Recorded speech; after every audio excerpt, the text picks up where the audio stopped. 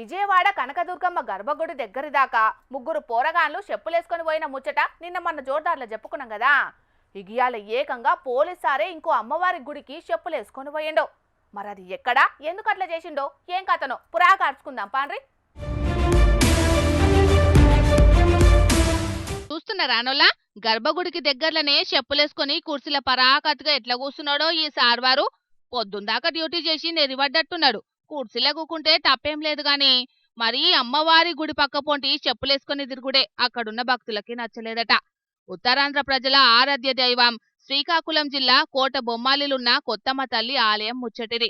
ఈ ఆలయంలా జరుగుతున్న ఉత్సవాలను రాష్ట్ర పండుగగా గుర్తించుడే కాదు, శతాబ్ది ఉత్సవాలను కూడా ఘనంగా నిర్వహిస్తున్నారు.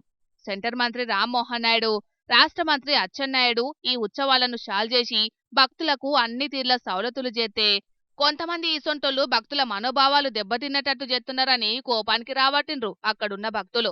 ఈసొంటోళ్ల మీద కఠిన చర్యలు తీసుకుంటేనే మల్లోపారి ఎవ్వరిట్లా చెయ్యరు కాబట్టి ఖచ్చితంగా చర్యలు తీసుకోవాల్సిందేనని డిమాండ్ చేస్తున్నారు భక్తులు.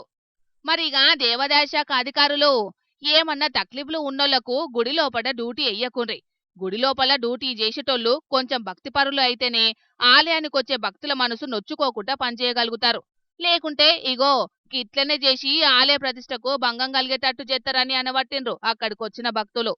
చూడాల మరి ఇప్పటి నుంచైనా అధికారులు ఎసొంటి జాగ్రత్తలు తీసుకుంటారనేది.